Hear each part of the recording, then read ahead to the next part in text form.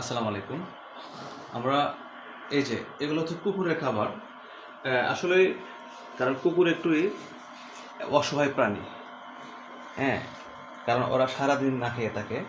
এই দেখেন এক পাতিল ভাত, গরম ভাত রান্না করছি, আর এটা হচ্ছে মুরগির চামড়া হাড্ডি দিয়ে কিন্তু ওদের জন্য খাবার তৈরি করছি। আসলে ভাই দেখেন, আমরা ৩ বেলার মধ্যে ১ বেলা না খেলে কেমন লাগে? আর ওদের সারা দিন পার হয়ে যায়। আমাদের সমাজে অনেকে আছে, অনেক বদমাশগুলো আছে, বলতে হয় কথাগুলো। ঠিক আছে? যে কুকুরকে মার দে, হ্যাঁ? লাঠি দিয়ে, ঠিক আছে? তাড়িয়ে দে। আসলে ভাই আপনি না খাওয়াইতে পারলে, ঠিক আছে? আপনার মারবেন না। কারণ যে আল্লাহ আপনাকে সৃষ্টি করছে, পৃথিবীতে পাঠিয়েছে, সে আল্লাহ আমাকে আপনাকে পাঠিয়েছে। তা মারার অধিকার আপনাকে কে দিয়েছে? আপনি মরবেন না? এজন্য ভাই টাকা তো লাখ লাখ টাকা আসলে প্রয়োজন হয় না। প্রয়োজন একটাই, যে আপনার মনটা অনেক বড় থাকতে হবে। যারা প্রাণীকে ভালোবাসেন তারা আল্লাহকে ভালোবাসেন, আমি মনে করি। ঠিক আছে? আর অবশ্যই প্রাণীদের কথা আল্লাহ পাক বলেছে, হ্যাঁ, অবশ্যই কোরআনে আছে। এবং মানুষ মারার কথা আল্লাহ বলেছে।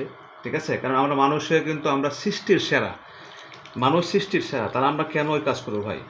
কারণ দেখেন, দিন শেষে আপনি একজন মানুষ, আমি একজন মানুষ, তাই না? তারপর মানুষের যদি জন্ম নিয়েছি, তো অবশ্যই আমরা কুকুর প্রাণীকে ভালোবাসবো। কারণ দেখেন, আল্লাহ উসিল্লা খুঁজবে কাল হাসরের দিন, আপনি কি করছেন, ভালো কি কাজ আছে, সেটাই কিন্তু আল্লাহ পাক খুঁজবে। আপনার নামাজ কালাম পড়ে বেসে, হ্যাঁ, যাওয়ার কোনো রাস্তা নাই। হ্যাঁ, নামাজ কালাম পড়তে হবে, এটা হরস, কিন্তু আপনার নামাজ কালাম নিয়ে ব্যস্ত করেন ভাই। আপনার যে হক রয়েছে, এই হকগুলো আদায় করেন ভাই। দেখেন, আমি কিন্তু ইউটিউবে সার্চি ভিউ কামানোর জন্য না, এটা ভুল ধারণা করবেন না। আমি শুধু প্রচার করছি এই জন্যই যে আপনারাও একটু খাওয়ানোর চেষ্টা করবেন ভাই।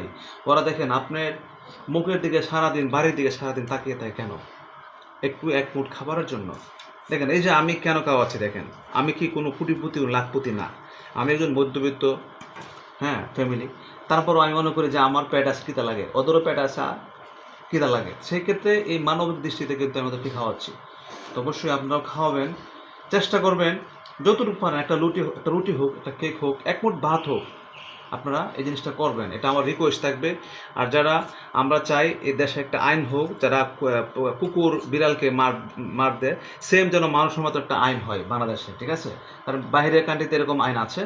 তা আল্লাহ পাক যেন আমাদেরকে এরকমভাবে একটা আইন তৈরি করে, যেন যারা জানোয়াররা আছে, কুকুর বিড়ালকে মারে, হ্যাঁ, অনেক অত্যাচার করে, হ্যাঁ, হত্যা করে, ওদের জন্য একটা আইন তৈরি হয়। এরকম যেন আল্লাহ আমাদের বাংলাদেশে যেন, যারা গভর্নমেন্ট দায়িত্ব আছে, যারা দেশ চালাচ্ছে, দেশের দায়িত্ব আছে, আশা করি যেন, হ্যাঁ, এই ধরনের আইন হইতে পারে। আল্লাহর জন্য তরফ থেকে এরকম আইন যেন তৈরি হয়।